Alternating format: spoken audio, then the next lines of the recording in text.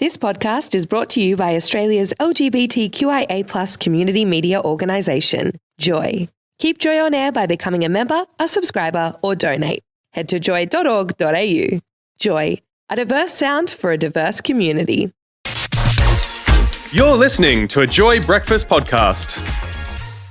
Here on Joy Breakfast with Luke and Elliot. Elliot, hello. Hello, Luke. How we doing? I'm super excited. I'm so excited. We have a guest on the line with us right now. Now, our guest this morning is an absolute gem, a Joy favourite. With over 91 million streams, her music has lit up the charts over the years, and her new single, Peachy, is set to do the same. It is quite the bop, if I do say so myself. You can currently see her dancing up a storm on Dancing with the Stars, where she is absolutely slaying.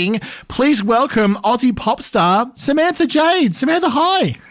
Hello, guys. Good morning. Thank you so much for being up early with us and having a chat this morning. Oh, of course. You know, I love Joy so much. Oh, we love you too. And now that we have a bit to talk about this morning. Samantha, I will apologise because I've been ranting a lot about reality TV, so I think I'm going to come in hot. Like, I really want to talk about Peachy, but before we get to that, can we talk about Dancing with the Stars? Because, I mean, first, gosh, of course. Congratulations on the top score this week. Thank you very much. Yes, I wear that badge of honour because it's so hard. Like, oh my gosh, when I committed to doing the show, I was like, I knew it would be difficult. I didn't realise just how hard it really is. I mean, seriously, the samba, it was so good. But that upside down hold ending at the end? Yeah, I know. How long does that take to practice, or are you a natural? It's like easy for you. No, it definitely took a minute. I mean, it was funny because Gustavo and I, you know, you kind of rehearse for a few weeks and then you get towards the show, and we'd kind of had like a bit of a routine, and then he was like, I think we need to make it harder. I think it needs to be better. And so that was kind of almost like a later addition, and very cool. Like, he showed me what it was going to look like. He's like, we're going to do this. And I was like, what? I'm going to do that? He's like, yeah. I was like, I don't feel like I can do that. He's like, you could do it. And it would look so effective. It's so cool. It looked so amazing. It's effortless. I have to say, like, I used to do, when I was very, very young, I used to do swing dancing, which had some like aerial moves in it. Oh, yeah. And I'm a big dude, Samantha, so I'd be carrying and throwing the poor girl around. And when I saw you do that, I just thought, wow, thinking back to my old days 20 years ago, I remember thinking about those moves, and those big moves at the finish, you're kind of thinking about it almost all the way through the performance, right? Totally. Oh, my gosh, totally. It's a good thing you didn't come into the studio. Luke would have picked you up and pretended like he was back in the day.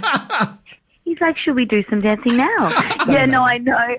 It's kind of like, when you have a big lift coming, you're like, oh, God, okay. But then you've got to get through all the intricate steps first. But, yeah, wait till you see. So, obviously, I was lucky enough to make next week, and wait till you see it. I think it's the hardest one, and there is a gigantic lift. Oh my God, that's so exciting! Now, obviously, you've had some dancing experience prior, being a pop star and doing choreo and stuff like that. How does this compare to that kind of stage choreography that you would normally do? Well, you know what? I was a bit like, this won't be that hard. I mean, I know it'll be hard, but I've done dancing before. Oh, my gosh, completely the opposite.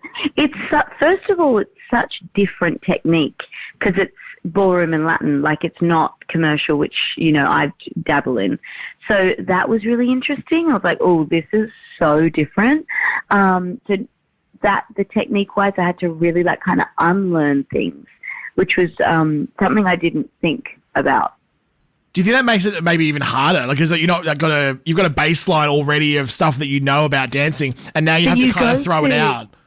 Yeah, like I was, all the shapes that we make with our body when we're doing commercial, especially in my performances, is always kind of posture-wise, sticking your butt out, arching your back, and that's wrong when it comes to ballroom and Latin. It's pelvis forward. It's very good posture. Your butt has to be in. I was like, oh my gosh, I'm so bad at this. It took me a really long time to not kind of stand in those shapes. Yeah, that's amazing. Samantha, I've got a two-part question for you. I hope that's okay. But Yeah. number one, has it been fun kind of watching yourself back? And number two, how does that compare to when you had done previous shows like X Factor or even like Celebrity Apprentice and watching those back? Yeah.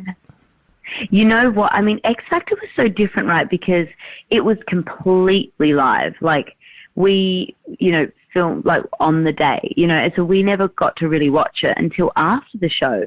And I actually never got to really see it. And then one of my fans was so beautiful and actually sent me a DVD at that time of all of the performances and all of the episodes. And I was like, this is so cool because I never got to see it. So that one was really special. I mean, Apprentice was just like, oh my God, I was like, do I even want to watch this? This is just like, like, oh God, it was just traumatic. But this show, Sorry for bringing it up. Yeah, but this show, no, that's all right. This show's been amazing to watch back because it's just, you're so nervous. Like, when you rehearse, and then no matter what, you get to the actual floor and you're like so nervous. And so it actually is a bit of a blur when you do the dance. And to be honest, it's like every performance for me, like big performance, I'm like, can't tell you what I just did. I don't remember. I kind of like went into a zone. So yeah, watching back has been really great. I'm like, oh my God, I really did nail that move, and I remembered to do that step. And yeah. Awesome. Well, it's been so fun watching you on Dancing with the Stars. We can't wait to see your performances in the future, especially this week. Now we're hyped. We've got I know. Yes. That's so exciting. Now, we've got some other stuff to talk about today as well. Of course, there's the new single that we'll talk about in just a moment, but also, excitingly, you're headlining Mary's Poppin' and Adelaide's Pride Poppin' Out Street Party on November 2nd. That's like the Pride March after party. Are you excited? So excited. Oh my gosh, I'm so excited. First of all, I've performed at Mary's Poppin' a few times, and the audience is always so kind and so excited to be there, and I just love it. So yeah, and of course Pride. I mean, there's no better day. It'll be so fun. What a fun party. Now let's talk about Peachy. The new single just released last week. It is, I've had it on repeat. I'm not going to lie. I've been like jamming it all week on my trips back and forth to work. Thank you. What's the vibe of this song? Like, what inspired you to write it? You know what? it obviously is a pop, very pop, nostalgic pop song. I just wanted to write something feel good and fun, and I wanted a chorus that would stay in your head. And I feel like everyone I've played it to, like, that chorus stays in my head. I'm like, great, that was the goal. But I just wanted to write something because obviously my last release was Dance Again, was, obviously very heartfelt and kind of about my mum, and it was much deeper, and it was that kind of came out of COVID and that really tough time we were all in. And I just wanted to write something now that's just really fun. I think people need that right now, just to kind of listen to something happy. Yeah, I mean, the song, it's about the joy of self-love and that love that you share with other people as well. So why do you think self-love is so important, and why is it important to have that message, conveyed in the song? Oh, it's so important. I mean, and the older I've gotten, the more I realize that, you really do have to love yourself. You have to find love for yourself.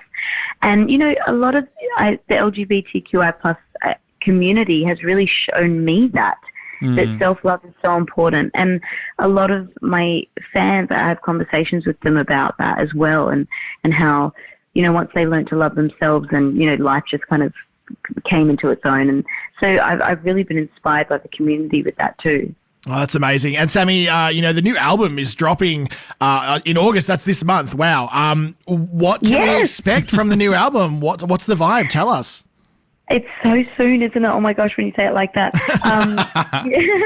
Like, oh God, got a lot of promo coming up. You know what? It's really exciting to put something out, like a full body of work. That's always my favorite thing to do. So this record is, you're going to love it because it's pop bops for sure. And then there's one ballad on there. I had to sneak a ballad. Always. Yeah, always. But it's honestly a love letter to love. Like, it's all about different styles of love: losing love, finding love, being in love, trying to get over love. So yeah, there's really something on there for everyone with whatever stage of love you're in. Awesome. That's so good. Well, Lovesick Volume 2 EP is set to drop later in August. Sammy Jade, thank you so much for joining us on the show this morning. Of course. Thank you for having me. I always love speaking with you guys. You've been listening to a Joy Breakfast podcast. Find more great episodes just like this one at joy.org.au/Joy Breakfast or subscribe to us on your favourite podcast platform. Thanks for listening to another Joy podcast brought to you by Australia's LGBTQIA+ community media organisation, Joy. Help us keep Joy on air. Head to joy.org.au. Joy, a diverse sound for a diverse community.